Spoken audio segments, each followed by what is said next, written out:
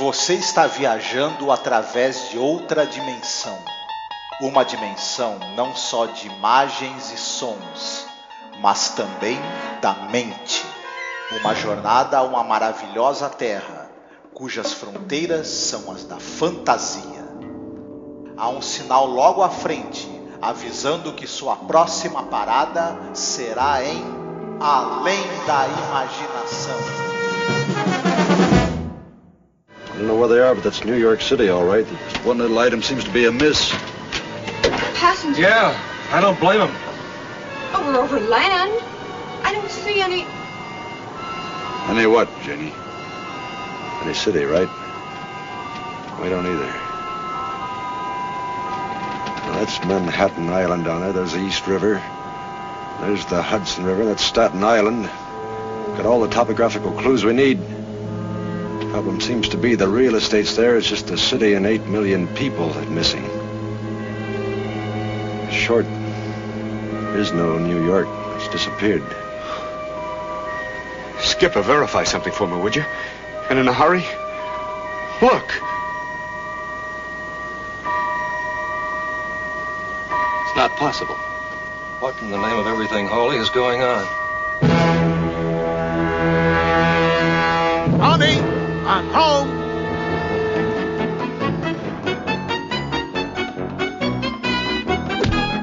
Olá, ouvinte! Seja bem-vindo aqui a mais um episódio sobre Além da Imaginação, a série clássica. Eu sou a Angélica. E eu sou o Marcos. E hoje nós iremos falar sobre mais um episódio que tem avião no episódio, hein, Marcos? Sim, o episódio dessa vez que nós vamos comentar é o The Odyssey of Flight 33, a Odisseia do Voo 33. Ele foi ao ar em 24 de fevereiro de 1961.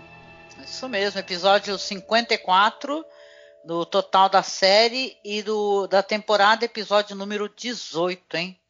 Esse episódio tem uma questão muito pessoal do Rod Serling, né, e tal, o interesse dele, envolvimento com a própria família dele, irmão dele, né, Marcos? Sim, o Serling, ele foi da Força Aérea, serviu na Segunda Guerra Mundial. O irmão dele, Robert, se não me engano era o nome do irmão dele, né? Ele era um cara que ele conhecia muito de aviação, ele escrevia para revistas de aviação, chegou a ganhar prêmio, inclusive como escritor especializado nessa matéria técnica de aviação. E no caso desse episódio, ele serviu de consultor técnico. Ele e um amigo dele, que era piloto da TWA, eles revisaram todos os diálogos que vão acontecer dentro de uma cabine de avião entre entre a tripulação de um voo comercial, e esses diálogos foram formatados com a ajuda do irmão do Rod Serling e desse amigo dele que era piloto da TWA, para eles serem os mais realistas possíveis e tecnicamente acurados dentro do que seria uma comunicação entre uma tripulação de um avião de passageiros e a torre, o comando, etc. Sim, e tem uma coisa também no episódio, né? A American Airlines estava vendendo, né, aquela cabine de testes e tal, e o Serling ficou louco com aquilo, né? Quando soube que tinha aquela cabine e aquela parte interna também lá dos passageiros. Ele queria muito poder, ele criou a história baseado inclusive numa visita, né, que ele estava visitando o irmão dele, o Robert, e recebeu essa informação da American Airlines, né, que ele não receberia diretamente, né, mas o irmão dele, como já trabalhava com aviação, acabou recebendo essa informação que os caras estavam querendo vender e tal, e ele se empolgou pra caramba, né, e o irmão dele nem achou que ia dar em nada, mas passou um tempo, daqui a pouco já estava o Serling entrando em contato com ele, falando que queria que ele revisasse todos os detalhes para ficar uma coisa muito técnica, né, e tal, não ficar falando o tal do Technobubble, né, quando a pessoa tá falando um monte de coisas assim na série que não tem a menor noção, é a coisa mais coisa inventada, né, e tal, né, então nesse caso não, foi totalmente ali revisado, né, o que tinha no momento de informação, né, então é bem legal isso daí, aliás, tem muito comprometimento, né, a maneira como o pessoal fala sobre aviação no episódio, e é um episódio cheio de plot twists, né? Sim, eu inclusive essa coisa de você ter diálogos tecnicamente precisos, é importante. Só um minuto que eu vou mexer aqui no disjuntor de ondas trípticas do meu microfone aqui, tá? Só um segundo. Pronto, acho que eu já calibrei a voltagem alternada eu acho que tu tá sempre mexendo nas ondas crípticas, porque tem sempre barulho do teu microfone. É a calibragem do disjuntor de ondas crípticas, que é uma caixinha quase invisível que tem dentro das estruturas nano projetadas do microfone. Você sabe que é muito importante diálogo com a precisão técnica, né? É muito importante. Tá bom. E uma coisa legal também, a gente pode falar um pouco mais pra frente sobre isso. A história também é uma espécie de narrativa moderna daquele mito do holandês voador, sabe? Aquele barco lá e tal, que tem avistamentos, né? Então, a gente pode falar um pouquinho sobre isso depois que a gente falar sobre a sinopse. Mas vamos falar sobre o diretor, né? O Justus Hades, né? Por sinal, não seria esse o diretor do episódio, né? O pessoal tinha em mente de ter o Douglas Heyes fazendo a direção, só que houve conflito de agenda e não rolou. Pois é, isso teria sido interessante, viu?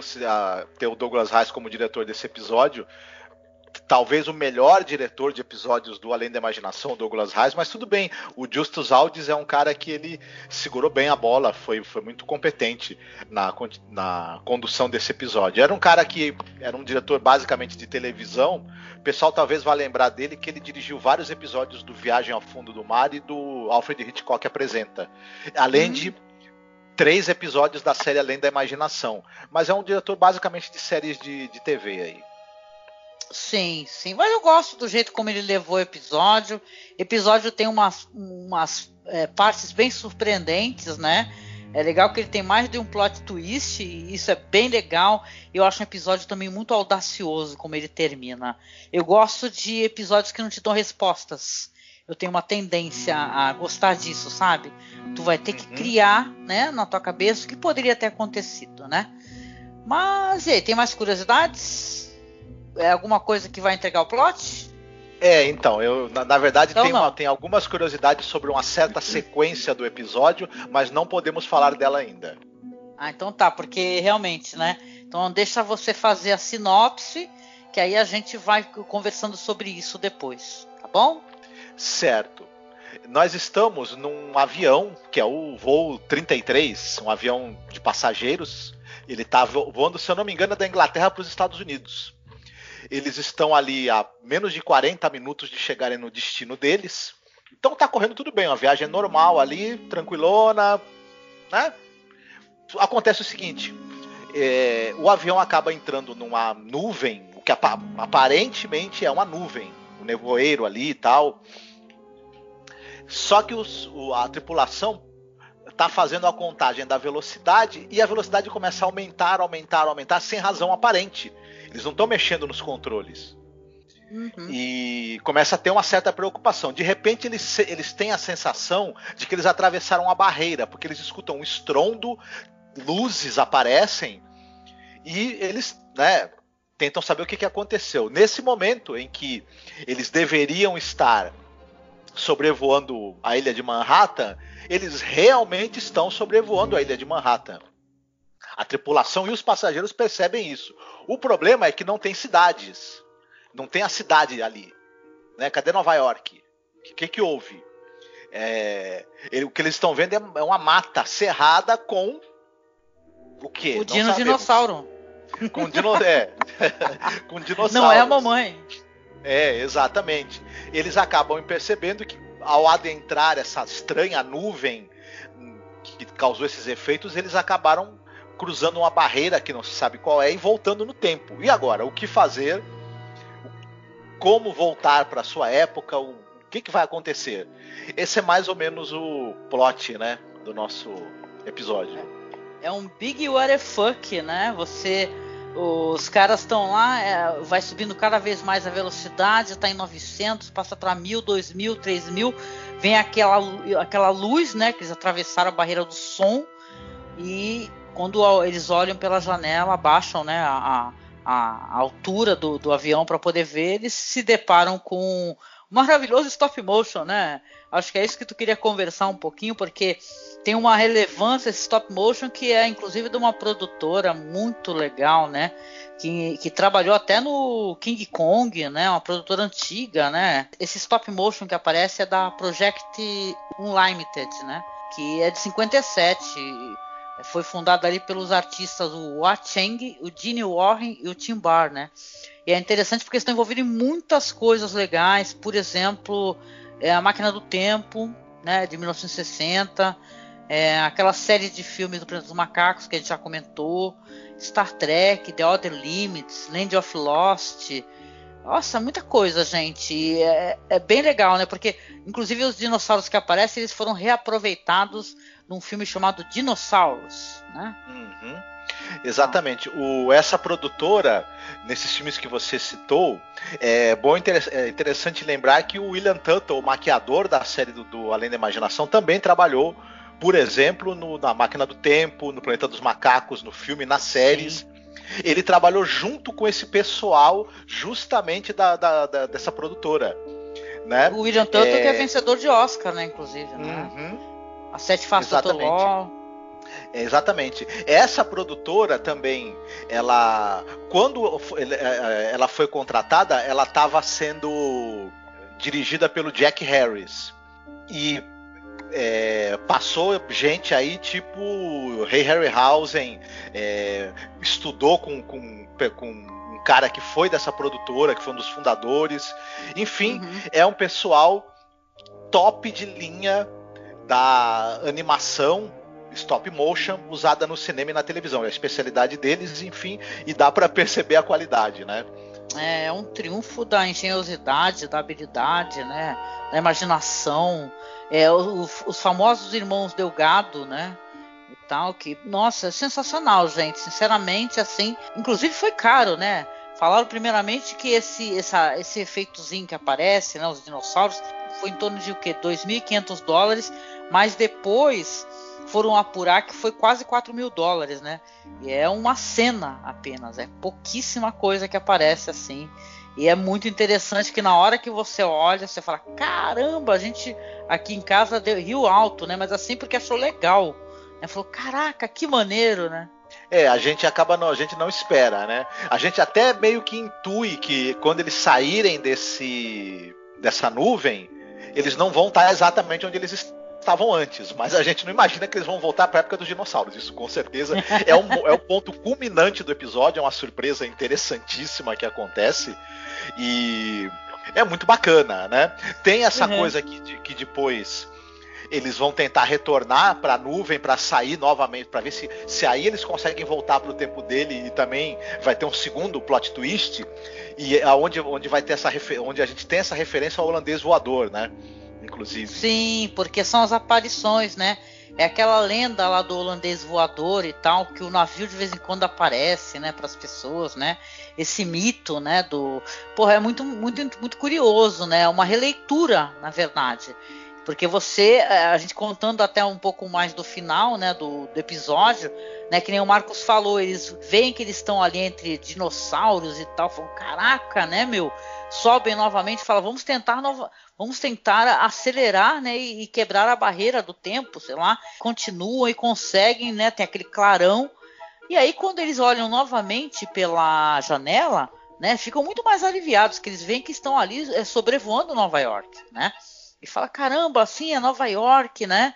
Estou vendo e tal. Só que aí conforme eles vão olhando, eles reparam que eles estão sobrevoando, sim, a cidade, só que estão sobrevoando um espaço ali onde ocorria a tal da Feira, né, Mundial de Nova York, que era um evento que ocorria ali em 1939, mais de 20 anos antes, né? Ou seja, eles chegam novamente à conclusão terrível que eles avançaram no tempo, mas não foi o suficiente, né? Aliás, tem uma curiosidade, o Capitão Farver, né, esse ator, ele é de um episódio que a gente gosta muito, episódio muito bonito com o Jack Klugman, que é aquele o Passage for Trumpet, né? Ele é o anjo no episódio. Sim, ele tem um rosto muito interessante e uma voz também que chama muita atenção, esse ator. Um ator também de televisão, tá em muitas séries Tem dezenas de créditos em séries e é muito marcante, né, justamente a presença dele nesse episódio que a gente tinha comentado, né, a peça de For Trumpet. A gente comentou aqui, falando daquele diretor do Douglas Reis, que ele dirigiu uma série americana que é muito elogiada, vale muito a pena assistir, quem não viu ainda, que é o Norte e Sul, Norte and South, e esse ator também está nessa série. Uma pergunta, esse Norte e Sul não é aquela história romântica não, né? Não, são amigos que lutam em lados diferentes na Guerra Civil Americana. Ah, tá. Não, só pra saber, porque eu conheço uma minissérie chamada Norte e Sul. Não é essa daí. Não, legal. Não, é um episódio que eu acho que ele vai muito bem, porque tem toda essa tensão, esses diálogos, né? Ele demora para mostrar pra gente as imagens, eles ficam primeiro falando muito essas questões técnicas, mas aí eles ficam, nossa, mas o que está acontecendo e tal? Olha para mim, por favor, porque o cara não está acreditando nos próprios olhos. Então é legal, né? Eu acho que todo o elenco, tanto o pessoal da cabine, né, o piloto, copilotos, técnicos, as aeromoças, né, até uma breve inserção que eles têm dos passageiros lá, que tem uma senhora contando ali, conversando com um cara, que é o cara que também já era do exército, um negócio assim. Ele também reparou que tinha alguma coisa estranha. Então é legal como eles colocam todas as questões, né? E humanizam muito o episódio, que ele poderia sofrer assim num certo excesso de tecnicismo, né? De ficar aquele negócio de pessoal só naquela ponte de comando, sabe? E tal, mas não. Aí passa para os passageiros e tal. E você tem um pouco dos passageiros, como é que é o comportamento deles, o que eles estão pensando. Depois já não, já mostra só a aeromoça explicando que tá todo mundo nervoso, né? Com muita razão, né? Imagina quando você tá no avião e olha pela janela e vê um dinossauro, né? Pô, você fala, caraca, fodeu. O que tá acontecendo? Tem uma curiosidade também. Eu sou muito fã do Stephen King, né? Olá, Angélica, fã do Stephen King, né? E tem uma minissérie baseada num livro do Stephen King chamada The Langoliers, né? Que acho que aqui no Brasil saiu como Uma Fenda no Tempo. E ela é inspirada diretamente nessa história também, né? Do pessoal que também acaba, por causa de um voo, ficando preso, na verdade, num aeroporto ali, né? Um aeroporto de Bangor, né? Vamos lembrar que as coisas do King, tudo acontece em Castle Rock, Bangor, né? Então tem isso lá, deles acabarem, uma história de terror, né? Aí vai mais pro lado do terror, né? É uma menção de King aqui para vocês poderem ir atrás, e se eu conseguir descolar, claro que vai ficar disponível na publicação. Você gostou do episódio? Eu gostei muito do episódio. Ele tem essa coisa da fantasia, ele tem presente esse elemento de fantasia que é comum na série, só que tem uma diferença. A série normalmente pega esse elemento de fantasia, traz para a vida dos personagens e eles vão ter um arco. Eles vão aprender alguma coisa, vão se transformar de alguma maneira. E dessa vez a série não faz isso. O elemento fantástico coloca essas pessoas numa situação extrema, né, de ser deslocado do seu lugar no tempo. Tem essa questão toda que, além deles terem que voltar para a nuvem, para tentar voltar para sua terra, para sua época, a gente não sabe se eles vão conseguir. O tempo todo o episódio pontua que o combustível está acabando. E independentemente do trajeto que eles estão fazendo para o passado, para o futuro, o combustível continua terminando. Sim. Ou seja, além de tudo, a gente fica pensando, caramba, eles vão ser obrigados a pousar em algum momento, mesmo que eles não estejam na época deles. Então, se a gente começar a pensar sobre esse roteiro, as consequências e desdobramentos deles são incríveis, se você tentar especular sobre o que pode acontecer. Poderia até dar margem a uma série, diga-se de passagem, uma ideia muito interessante mesmo, muito bem realizada, muito bem conduzida. Enfim, um episódio excepcional, assim. Alguma coisa assim, tipo Elo Perdido, né, de repente, né. É legal o jeito como o episódio termina, porque eles veem que eles estão na época errada novamente, e eles resolvem subir pro céu novamente e falar assim, ó, vamos tentar de novo. E você não tem a resposta do que vai acontecer com eles. Eles podem tanto conseguir voltar para a mesma época, como eles podem, como você falou, ser obrigados como está acabando o combustível, eles terem que aterrissar e ficar na época que foi possível chegar, né? Então é ousado, né? O episódio tem uma coisa assim de não ter uma questão de moral, que normalmente os episódios de Além da Imaginação tem, né? O Serling coloca. É mais assim, eu acho que ele tem muito paralelo com aquele episódio que é roteirizado pelo Richard Matheson, sabe? Aquele The Last Flight, do cara que tá no avião da guerra, tá sendo perseguido ali por aviões, caças nazistas, um negócio assim, caças não, né? Aviões nazistas, e acaba indo para uma nuvem e também vai aparecer no futuro. E depois ele consegue voltar para o passado para reverter a situação dele, né, e tal, porque ele tinha sido um covarde, tinha fugido. Colocar um ao lado do outro, assim. O Richard Matheson fez um roteiro onde ele coloca muito a questão humana, sabe, esse negócio do arrependimento, da redenção, do cara ser um herói, dele ter salvado várias vidas, né? E esse episódio do Serling, que o roteiro é do Serling, ele coloca assim uma outra questão também, só que é uma questão de sci-fi, das possibilidades assim né, de viagem no tempo, né? E de você arremeter para um futuro que você não sabe qual que é, né? Eu gosto de pensar nisso daí, sabe? Colocar lado a lado o The Last Flight e esse Odisseia do Voo 33. Sim, eles se comunicam. São duas maneiras totalmente diferentes de enxergar uma abordagem, uma história sobre aviação e que tem elementos fantásticos ou de ficção científica, como você mesma falou, né?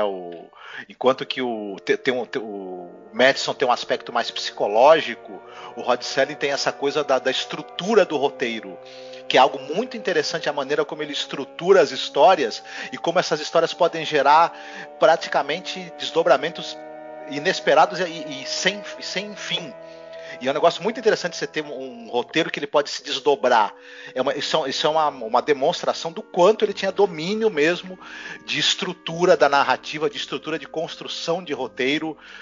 É uma coisa muito, muito interessante para se analisar, né? Sim. E legal que também o episódio acabou sendo adaptado pelo próprio Rod Serling para um livro, né? Chamado Mais Histórias de Além da Imaginação. Um livro de 61, gente, eu não tenho um único livro sobre Além da Imaginação, e é uma dor no coração, né? Tem muita coisa em inglês, né? Eu acho que saiu alguma coisa no Brasil, mas também nunca consegui ter acesso.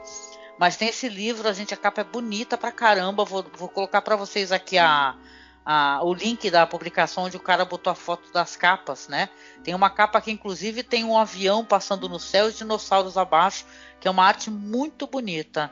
Tá, tem esse livro aí, também tem o Timeless Tales of Fantasy and Suspense. É muito legal, gente. Eu queria ter esses materiais, sabe, sobre a linha da imaginação. Fico com vontade. Pois é, e aí? Chegamos naquele ponto do podcast onde a gente faz recomendação de alguma coisa legal para o pessoal poder assistir. E aí, você pensou em alguma coisa? Sim, logo que eu assisti esse episódio, você citou o Holandês Voador, já me veio na minha cabeça um filme que eu gosto muito, mas não tem como eu não recomendar. É um filme de um diretor holandês chamado Jos Stelling, e esse filme é de 95, ele é o Holandês Voador, que ele é justamente um filme que trata sobre essa lenda do Holandês Voador, só que, diferente de ser um navio, uma nau que ela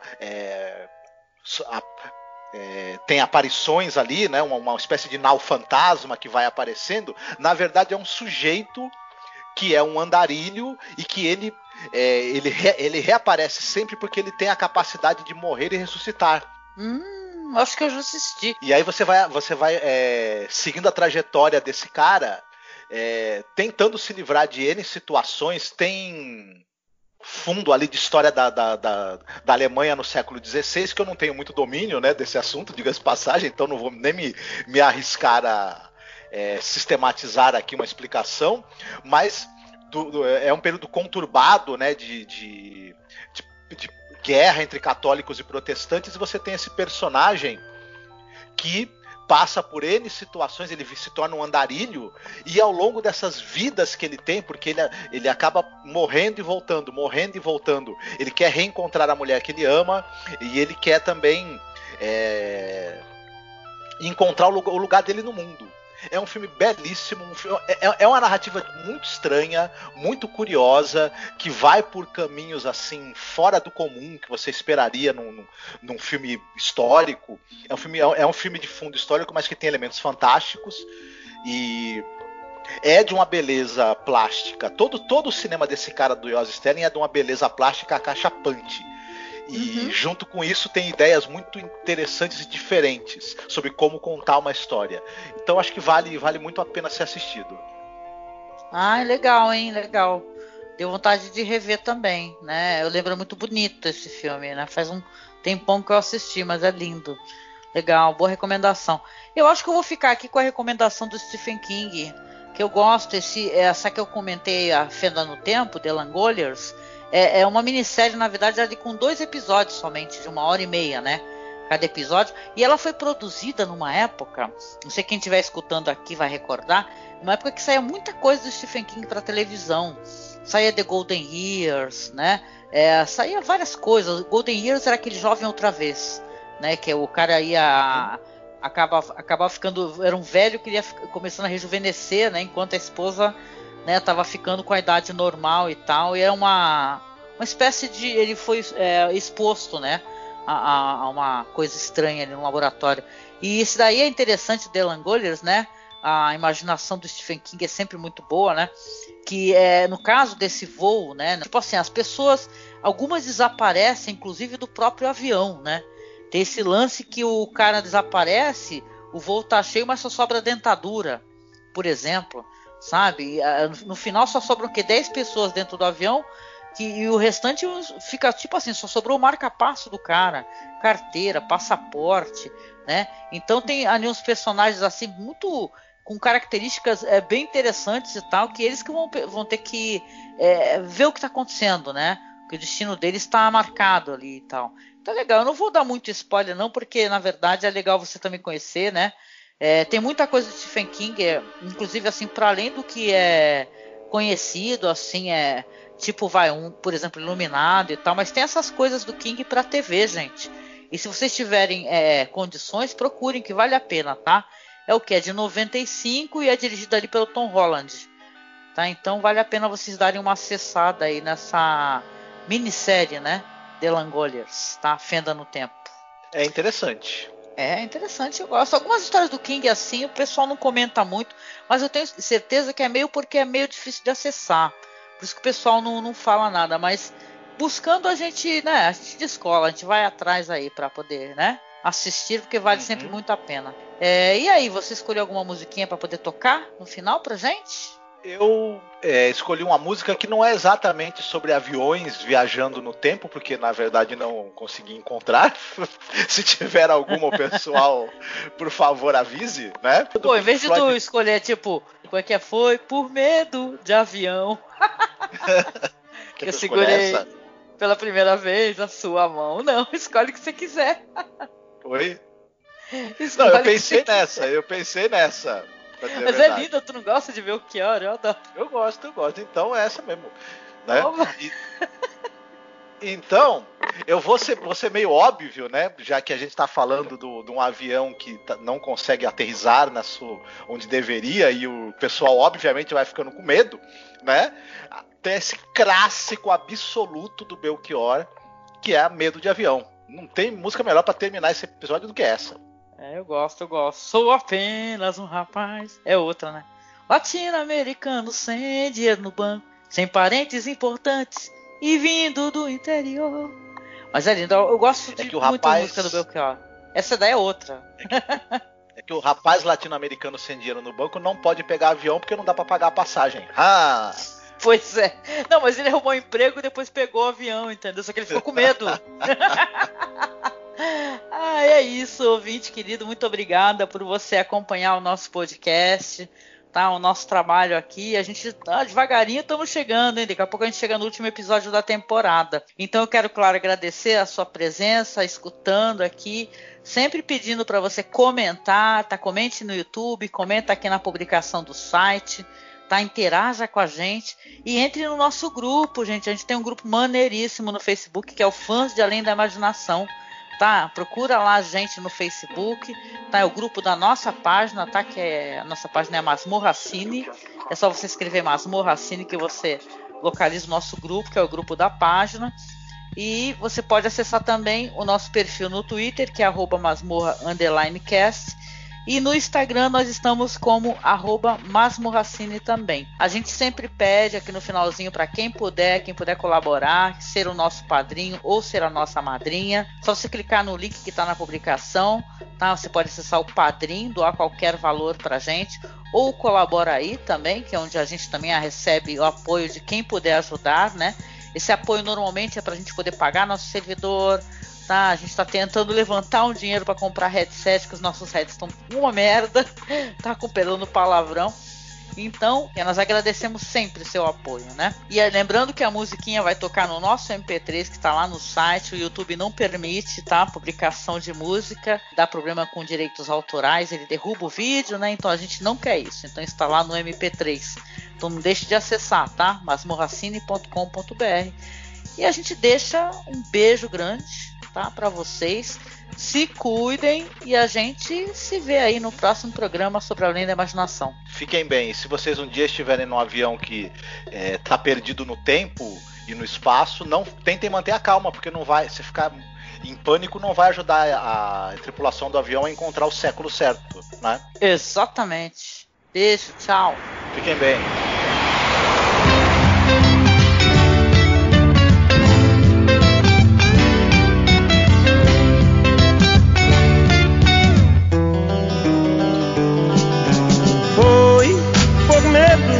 De avião, e eu segurei pela primeira vez a tua mão.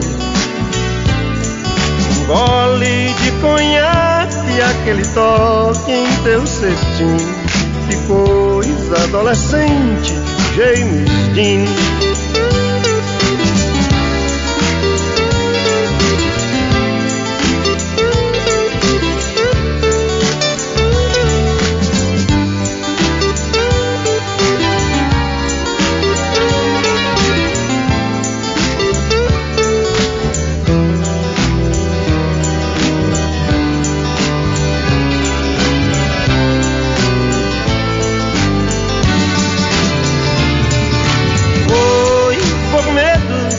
Avião, que eu segurei pela primeira vez a tua mão. Não fico mais nervoso, você já não grita, e a aeromoça sexy fica mais bonita.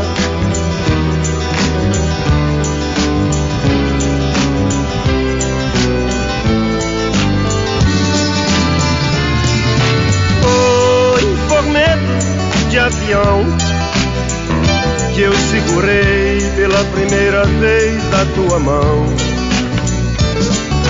Agora ficou fácil, todo mundo compreende aquele toque visto. I wanna hold your hand. Agora ficou fácil, todo mundo compreende aquele toque visto. I wanna hold your hand. Aquele toque visto, I wanna hold your hand.